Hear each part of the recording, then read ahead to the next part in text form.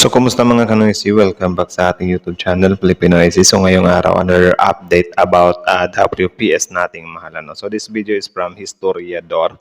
So, meron itong pamagat na China at Pinas, delikado na. Germany, Canada, nagpadala na ng puwersa sa Taiwan. Diyos ko po, sa video ito ay in-upload noong August 20. So, bago natin simulan, Historiador, supportahan nyo yan. Tapos, syempre, kung tip nyo ng mga ganitong reaction video, may kasama kayo manood. Huwag nyo na rin kalimutan supportahan yung YouTube channel natin, Filipinoy. So, mga kanoysi, hindi na natin ito patatagalin pa. Simulan na natin, baka agawin pa ng China. Again, ang pamagat ng video ito, China at Pinas, delikado na. Germany, Canada, nagpadala na ng puwersa sa Taiwan. Diyos ko po, mukhang mainit-init na naman ito na usapan. So again, Historiador, Filipinoysi. So yeah, like, comment, share, subscribe. Start. Ganun eh. Ito na, mga kaalyadong bansa. Ulit. Start from zero. Ito na, mga kaalyadong bansa ng Amerika tulad ng France at United Kingdom ay nagdaos ng mga operasyon sa karagatan ng Pilipinas. Isang babala ba ito para sa China? Babalayan para sa kanila. At barko ng China at Pilipinas nagbanggaan na. Grabe din yan, men. Dalawang barkong pandigma ng Germany ang nag-aantay na lang ng utos mula sa Berlin at sisimulan na ang kanilang gagawin sa Taiwan Strait. At ang kanilang commander ay nagbigay ng nakakabahalang mensahe na magdudulot ng tensyon sa Beijing. Nako. Habang ang US at iba pang bansa tulad ng Canada ay nagpadala ng mga barkong pandigma sa Taiwan Strait. Ano ito? Parami na talaga yung kalaban ng China, men. So I think good news yun. Do you think good news ba yun? Comment down below. Mga kahistoryador, kamakailan nagdaos ng mga operasyon ang mga hukbong pandagat ng France at Estados Unidos sa karagatan ng Pilipinas. Layunin ng mga pagsasanay na ito na palakasin ang kanilang kakayahan sa pagtutulungan at suportahan ang ideya ng isang malaya at bukas na Indo-Pacific. Kasama sa mga barko ang USS Dewey ng US Navy at ang FS Britain ng French Navy. Sa mga aktibidad, nagpatuloy ang formation sailing at pinagsamang komunikasyon na nagpapakita ng kanilang dedikasyon sa mas mahusay na pakikipagtulungan sa dagat. Grabe, ulit nga natin. Ang astig ng formation ng mga ganito, Paano kaya nila ito ginagawa? Nagpatuloy ang formation. Ganyan ba? Yung synchronization bang tawag dyan? Parang sobrang astig, di ba, na nakalinya sila ng paganon tapos nakalinya din ng paganon. Though hindi siya totally perfect, but natatansya nila ba? Or siguro dahil nakikita nila yan sa radar nila, Baka yun yung nila. Sailing at pinagsamang komunikasyon na nagpapakita ng kanilang dedikasyon sa mas mahusay na pakikipagtulungan sa dagat. Ayon kay Vice Admiral Fred Kacher, ang mga hakbang na ito ay nagpapalakas sa kanilang kakayahang harapin ang mga hamon sa rehiyon, lalo na sa gitna ng matagal ng alitan sa teritoryo sa pagitan ng Pilipinas at China. Sa kabila ng mga tensyon, patuloy ang mga pagsisikap ng Pilipinas na ipagtanggol ang kanilang mga karapatan sa mga pinag-aagawang lugar sa dagat. Sa kabilang banda, noong Biyernes, muling inihayag ng China ang kanilang plano na gumawa ng Strong Act upang suportahan ang mga pag-aangkin sa teritoryo kasunod ng mga balita na maaaring mag-deploy ang Pilipinas ng isa pang malaking barko ng Coast Guard sa South China Sea. Nakapal talaga ng mga apog, men, na sila pa talaga yung gagawa ng mga Strong Act, Kahit na tayo yung may rights dyan, sila pa yung nagsisiga-sigaan dyan. Tapos ngayon, kapag ginagawa natin sa kanila, nag-iiyak sila. Naghihimutok yung butchi nila. Ayon sa isang think tank mula sa Peking University, balak ng Pilipinas na ipadala ang BRP Melchor Aquino, isang 318 PAA na Coast Guard cutter sa Sabina Reef, kung saan naroon din ang BRP Teresa Magbanwa. What if lahat ng, hindi din pangit din kung lahat, Pero like, for example, sa lugar ng, sa may parteng Visayas, may Coast Guard doon. What if, kunyari may 4 or 3 barko doon, yung dalawa ilagay sa WPS para doon magkumpulan yung Philippine Coast Guards natin ba na mga barko ano. Pero I think ano din naman like papalag na naman yung China dyan. Tapos syempre, yun nga, mimimiroran nila yan or parang kunyari naglagay tayo ng ano dyan, mga 20 na barko, maglalagay din yung China ng mga 30, mga ganyan. So mas lalong gugulo siguro ano. Kaya siguro parang hindi na lang din natin ginawa. Okay. Ang Sabina Shoal na bahagi ng Spratly Islands ay may layong 75 miles mula sa Palawan at isa sa mga pinakapinagtatalunang lugar sa rehiyon. Dito, ang Pilipinas ay nagpadala ng Teresa Magbanwa noong Abril matapos ang mga ulat ng pagkasira ng coral Yan sa pa. lugar. 'Di ba? Ang gagaling, 'di ba? Sinisira yung mga corals. Grabe. Ay nako, China. Inakusahan ng China ang mga kaalyado ng US na ginagamit ang mga barko upang ipagtanggol ang kanilang mga pag-aangkin, nakatulad ng ginawa nila noong 1999 sa Second Thomas Shoal. Ngunit ayon kay Jay Tariela, tagapagsalita ng Philippine Coast Guard, ang layunin ng Teresa Magbanwa ay upang ipaglaban ang pambansang interes ng Pilipinas at Tama. hindi sila masyadong nababahala sa mga komento ng China. Sa kabila Kasi dyan naman talaga magaling yung China. Puro comment na yung mga kababayan din natin natatakot agad. 'Di ba? Alam niyo naman yung China, puro lang naman salita yan ng mga tensyon, patuloy ang Pilipinas sa kanilang mga hakbang upang protektahan ang kanilang mga karapatan sa Escoda Shoal. Sa pahayag ng Global Times, isang tabloid na pag-aari ng Estado ng China, tinanggal ang Deputy Director ng Institute of Maritime Strategy Studies na si Yang Xiao, na inaasahan ang posibleng mga issue sa Sabina Shoal. Binanggit ni Deputy Director Yang Xiao ang patuloy na pangangako ng China na hindi hahayaang malusutan ng Pilipinas ang shoal at ipinahiwatig na ang China ay hindi papayag sa anumang hakbang na magsisilbing pagsalakay tulad ng pagpapadala ng pangalawang malaking patrol vessel Ganyan naman talaga sila upang palakihin ang lawak ng floating platform.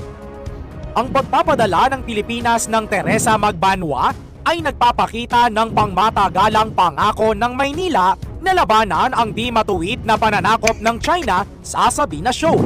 Sabi Grabe din talaga yung senaryo na to, min Teresa Like, sobrang Magbanwa daming Pinoy talaga ay nagagalit dito. nagpapakita ng pangmatagalang pangako ng Maynila na labanan ang di matuwid Yan, na pananakop ng China sa Sabina Shoal. Sa Tapos kamakailan lang din, binangga na naman yung barko natin. Grabe. ni Ray Powell, direktor ng inisyatiba ng Sea Light ng Stanford University sa Newsweek. Habang ang Chinese Coast Guard ay nananatili sa malapit sa shoal sa mga nakaraang linggo, ipinakita ng data ng pagsubaybay sa mga barko na ang 541-foot CCG 5901 ng China, ang pinakamakapal na barko ng mga Coast Guard sa buong mundo, ay inaasahang darating sa shoal hanggang August 3. Ayon kay 'Di ba? Ang galing. Puro lang ilalagay nila yung pinakamalaking barko nila. So what? Tapos ngayon, kapag palaga ng Pilipinas, iiyak. Pwede ba yun? 'Di ba yung nagtapang-tapangan ka tapos hindi mo kayang panindigan? Powell. Ang CCG 5901, na kilala bilang monster ship, ay umalis noong unang bahagi ng nakaraang linggo pagkatapos ng mahigit 30 araw sa nasabing lugar, kung saan ito ay nasa 2,400 talampakan lamang mula sa kanyang Philippine counterpart. Ayon sa ulat ng Philippine Coast Guard, isang iba pang barkong Chino ang pumalit sa posisyon ng barko pagkatapos nito. Nakipag-ugnayan ang Newsweek sa Chinese Foreign Ministry at Philippine Coast Guard para sa kanilang panig hinggil sa nasabing issue. Mga kahistoryador, sa kaparehas na balita noong Lunes, naganap ang isang nakakabahalang insidente sa karagatang sakop ng Pilipinas, kung saan ang mga barko ng Pilipinas ay nagtamo ng malubhang pinsala Ito na yun. matapos ang mga banggaan sa Wait lang ha, tingnan lang natin. Grabing damage, min, no? Grabe, kahit ang kapal na ng bakal ba, nayupi talaga ano, tapos nabutas pa. Grabe ang lakas ng puwersa niyan. Kasi yung China, wala sa ano nila eh. Wala sa bokabularyo nila na ano, mag-minor kung sakaling magkakaroon ng digmaan. Mas gusto nila na magbanggaan tayo eh. Tapos ipapalabas nila na tayo yung namamangga. 'Di ba? Kita nyo naman yung mga nakaraan pang banggaan natin na grabe. Sila, puro video-video lang. Tapos tayo, mga Coast Guard natin, dali-daling maglagay ng foam para lang hindi talaga magkaroon ng damage. Yung China kasi mahilig silang damage eh. Tapos yun, nagiging ending, sila yung mas lalong nagiging sira sa buong mundo. Sira sa buong mundo. 'Di ba? Wala kasi sila dito eh. Mga sasakyang pandagat ng China. Ang mga pangyayaring ito ay naganap sa paligid ng Sabina Shoal, isang lugar na puno ng tensyon at pag-aagawan sa teritoryo. Ayon sa Philippine Coast Guard, ito ang kauna-unahang pagkakataon na nagpakita ng agresibong aksyon ang China sa bahaging ito. Sa unang banggaan, bumangga ang isang Chinese vessel sa PRP Bagakay ng Pilipinas na nagdulot ng pinsala. Sa ikalawang banggaan, nagkaroon ng malaking butas ang isa pang barko, ang PRP Engano, na nagdulot ng Grabe. pagkasira sa makina nito. Habang ang Grabe, mga Pilipinong mangingisda at mga tauhan ng Coast Guard ay nag-aalala sa mga aksyon ng China, inakusahan naman ng tagapagsalita ng China Coast Guard Sarap tampalin itong si ano yun eh, si Mauning eh. Grabe, ang bilis agad makapag-press con ano. Grabe, gustong-gusto talaga nila ng gulumin. ang mga barko ng Pilipinas na kumilos ng hindi profesional na nagresulta tayo ba sa hindi mga professional? banggaan. Tila binaligtad Kung pa ng China Kung professionalism naman pala yung gusto nila, dapat umiwas din sila sa gulo, di ba? Hindi yung pwedeng, we were just doing a countermeasure or something like that. Dapat kung gusto nila ng professional talaga, kahit na tayo, kunyari, para sa kanila hindi tayo professional, dapat maging professional din sila. Hindi pwede yung, porkit hindi, sa tingin nyo hindi kami professional, hindi na din kayo magiging professional. Parang ano eh, tinatama nyo yung mali gamit ang isang mali. Something like that. 'Di ba? Parang ano lang yan eh. Halimbawa, ninakawan ka niya. Tapos ngayon, since ninakawan ka niya, tapos hindi siya pwedeng hulihin ng pulis kasi yun nga, mailap siya or mayaman siya. Ang gagawin mo na lang din, nakawan mo na lang din siya para makaganti ka. Para sa'yo, of course, merong pleasure doon na at least nakaganti ako kahit na hindi siya naparusahan. Pero, ang punto dyan, hindi pa rin tama yung ginawa mo. Diba? Parang ganito lang din yung pinagagagawa ng China. Dahil daw hindi tayo naging professional, kailangan nilang gumamit ng some kind countermeasures or whatsoever. Diba? Parang sira din. ang pangyayari at tayo ang may kasalanan. Ngunit sa Always. kabila ng mga pahayag ng China, mariing itinanggi ng Pilipinas ang kanilang mga Yun. akusasyon na nagpapakita ng determinasyon na ipaglaban ang kanilang mga karapatan sa mga pinagtatalunang karagatan. Tila dumagdag na naman ito sa mahabang listahan ng mas malalim na hidwaan sa pagitan ng Pilipinas at China na nag-ugat sa mga pag-aangkin ng China sa South China Sea. Sinabi ni Mao Ning, tagapagsalita ng Foreign Ministry ng China, na ang mga aksyon ng mga sasakyang pandagat ng Pilipinas ay seryosong lumabag sa soberanya ng China. Idinagdag niya Wow. na ang China Dapat kasi dito sa China, huwag silang magbase agad na lumabag yung Pilipinas. Tignan din nila ba yung pinaglalaban natin, tignan din nila na naipanalo natin yan minsan doon sa international court. 'Di ba? Dapat tignan din nila yon kasi yung pinaglalaban natin, meron naman tayong basihan eh. Hindi naman yan basta-basta na tumubo na lang yung pang-aangkin natin dyan or tumubo na lang yung pag-claim natin dyan or tumubo na lang yung pagdi-defend natin dyan. Kasi tayo, hindi naman tayo tanga. Kung for example, nasa 201 nautical mile na yan, hindi naman na natin naangkinin yan. Anuhin ba natin yan? Kontento na tayo sa 200 nautical mile natin. 'Di ba? Tapos ngayon, ganyanin nila tayo. Grabe. ay magpapatuloy sa mga determinado at mapuwersang hakbang upang ipagtanggol ang kanilang mga karapatan sa Yan, oh. karagatan. Yan yung sinasabi ko sa inyo, 'di ba? Mga Coast Guard natin naglalagay ng foam. Itong dalawa. Kita nyo yung ginagawa ng China? Nagbibideo ang loko, nagbibideo ang loko. Yan yung gusto nila eh. Tapos professionalism yung gusto nila. Di ba? Dapat kung gusto natin ng diplomasya, bawat panig gagawa nun. For example, yung isang panig hindi gagawa nun, kung gusto mo talaga ng diplomasya, ipaglalaban mo yun. Di ba? Kita nyo? Mga hunghang talaga. Grabe. Nagbibideo lang oh. Yung mga naka-live jacket ng orange. Chinese yan eh. Tapos itong dalawang taong to, dapit. Ay, naku. Inakusahan ng Beijing ang mga barko ng Pilipinas na pumasok sa kanilang teritoryo nang walang pahintulot at sinadyang bumangga. Gayunpaman, tinanggihan ng Philippine National Security Council ang mga pahayag ng China na nagsasabing ang BRP Bagakay ang tinamaan ng mga barko ng China at nagdusa ng minor na pinsala. Siyempre, hindi talaga aamin ang China rito. Kailan ba sila umamin sa kasalanan nila? Sa Aming kupals yan eh. Galit na. Kupalers yang mga yarns eh. Amin ba yan? kabila ng mga tensyon, ipinagpatuloy ng mga tripulante ng Pilipinas ang kanilang misyon sa Spratly Islands. Mga kahistoryador, sa kabilang banda, dalawang barkong pandigma ng Germany ang kasalukuyang naghihintay ng utos mula sa Berlin at ang kanilang commander ay nagbigay ng nakakabahalang balita na maaaring sila ang unang mga barkong pandagat ng Aleman na dadaan sa pinagtatalunang Taiwan Strait sa loob ng mga dekada. Tila hinahamon ng Germany ang China. In fact, mga kahistoryador, Ay, salamat. At least na lang meron ding pumalag din sa China, no? So sana dadami pa yan. Ayaw natin ng gulo, pero at least sana madagdagan ng takot yung China ba? Or parang ano din sa isip niya na, oh my goodness. Parang yun yung pampagising sa kanya ba? Nala, parami ng kalaban namin na. Hindi namin namamalayan, hindi na namin to kaya mag-isa. Diba? Something like that ba? Ay, nako. gawa ito ng kasaysayan dahil ang ganitong hakbang ay tiyak na magdudulot ng tensyon sa Beijing. Habang ang US at iba pang bansa tulad ng Canada ay nagpadala ng mga barkong pandigma sa Taiwan Strait nitong mga nakaraang linggo. Ang pagdaan ng German Navy ay magiging kauna-unahan mula noong 2002.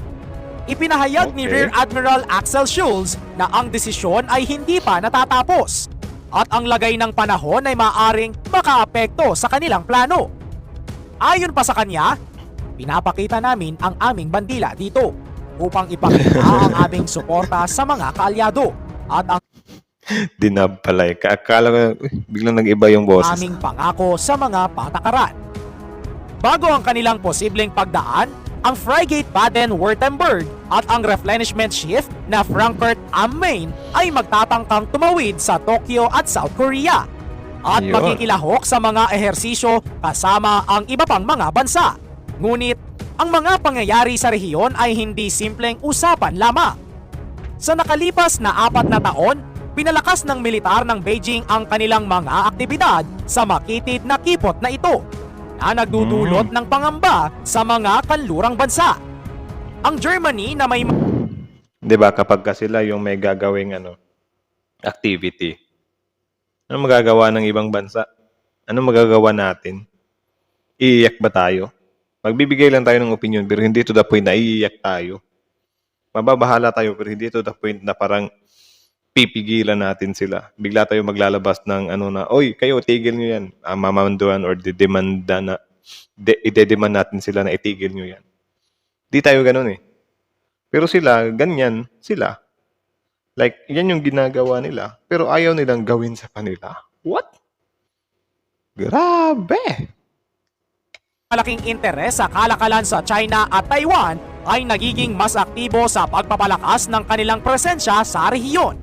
Kaya't ang tanong ngayon mga kahistoryador, ano ang magiging reaksyon ng China sa pagdaan ng mga barkong Aleman? Ang mga barko Yeah. ay inaasahang mahigpit na susubaybayan at maaring makatagpo ng mga Chinese naval vessels na nagbabantay sa kanilang daan. Sa huli, sa kabila ng mga hamon at tensyon sa rehiyon, ang mga kaalyadong bansa ay nagpakita ng matibay na pagkakaisa sa kanilang presensya sa karagatang sakop ng Pilipinas. At ang mga insidente sa pagitan ng mga barko ng Pilipinas at China ay tila nagbigay diin sa pangangailangan para sa mas malawak na suporta mula sa mga kaalyado. Ngayon, ang pagdating ng mga German warship ay nagdadala ng bagong pag-asa at pag-aalala na nag-uudyok. Tama nga naman, pag-asa at pag-aalala, parati yan, magkasama yan. Kasi if ever na may tutulong sa atin or may kaibigan sa atin, of course, ang ganda dun sa feeling, like, thankful tayo dun kasi yun nga, parang may nagpaabot ng tulong or suporta. At the other side naman, syempre, yung gahamang bansa, of course, iiyak yun. 'Di ba? Kunyari, mag-iinit yung ulo niya dahil sa mga pinagagagawa natin. Tapos, ang i-blame niya, yung mga pag-entertain natin ng mga kaibigang bansa. Sira ulo, 'di ba? Sa tanong na ito na ba ang simula ng mas malalim na pakikilahok ng mga kanlurang bansa sa mga Sana nga. pinagtatalunang karagatan? Ang mga hakbang na ito ay hindi lamang tungkol sa militar, kundi pati na rin sa pagpapalakas ng mga ugnayang diplomatiko at pangkalakalan at seguridad ng buong rehiyon. Ikaw, ano ang masasabi mo dito? Huwag ka nang mahiya at Ka nang mahiya daw eh. Mahiya ako eh. So yun, again, mga kanoisis, so this video is from Historiador. So supportahan nyo yan. Original video link in the description box below. Tapos syempre, kung trip nyo ng mga ganitong reaction video may kasama kayo manood, huwag nyo na rin kalimutan supportahan yung YouTube channel natin, Filipino AC. So yun, kita nyo naman yun, di ba? Also, Historiador, original video link in the description box below. Panoorin nyo yung full video nito nang walang reaction natin. So, yun, support nyo rin siya, Historiador. Tapos, yun, kita nyo naman yun, di ba? Na up until now talaga, yung China is, na sila. Though palala na sila ng palala, at least na lang din, tinindigan din natin. Tapos yun, kudos na rin sa ibang bansa, na parang willing din naman sila na makipag-cooperate sa atin, makikipag-exercise sa atin, kahit na yun, kahit naiiyak yung China dyan, ay wala na tayong dyan, kasi syempre, yung mga bansa na mismo gusto makipagkaibigan sa atin eh. 'Di ba? Kung may opportunity na ibigay yung ibang bansa sa atin na tutulong sila or makikipagkaibigan sila, why not, 'di ba? Sa ganung paraan, mas pa tayo magiging relevant or some kind lalakas tayo or kahit hindi siya lalakas, at least meron tayong mga kasangga ba? Which is yun kasi yung pinakaayaw ng China. Yung meron tayong kasangga. Kasi syempre ang gusto nila kapag sasakupin nila tayo, super easy job lang. Eh ngayon, matalino yung presidente natin. Yung administrasyon natin ngayon, ayaw sa ganun. 'Di ba? Binuwag natin yung gentleman's agreement. Ang sa atin dito, titindigan natin to. Kahit ano mangyari. 'Di ba? Alam nyo guys, yung tipong para sa atin, para sa iba, especially yung anti-administration, wala na, sobrang kawawa na ng Pilipinas dahil sa pinagagawa nyo. Though accept natin na kawawa talaga yung Pilipinas sa ngayon, pero di nila namamalayan na yung pinagagawa ng China, parang nililikom natin yun. 'Di ba? Yan yung gagamitin nating defense sa kanila pagdating ng araw. Tapos syempre, they will look more ugly sa buong mundo, 'di ba? Sunod-sunod na yung mga water cannon, yung naputulan ng daliri, yung nayupi ng barko, nasira yung radar, ngayon naman yung nabutasan ng 'di ba? Sobrang dami ng kabalbalang ginawa yung China sa Pilipinas. Sila, enjoy lang sila. Pinanghahawakan nila yung argument nila na we are just doing this, 'di ba? Kasi meron kayong nilabag, hindi niyo nirespeto yung ng China. Pag ganun lang sila. Hindi nila namamalayan, unti-unti na silang sinisira ng mga actions nila. 'Di ba? Tingnan niyo yan guys, or niyo na lang yan. Time will come, babalik din talaga sa kanila yan. Lahat ng ginagawa nila, yan yung din sa kanila, tatapos. 'Di ba? Tapos yun, luckily na lang din, merong mga bansa na susuporta o sumuporta sa atin. So yeah, hanggang dito na lang muna. Kayo ano masasabi niyo dito? Comment down below, tapos yun pag-usapan natin yan sa comment section. So again, hanggang dito lang. Historiador Filipino AC. So yeah, like, comment, share, subscribe. Filipino AC is out.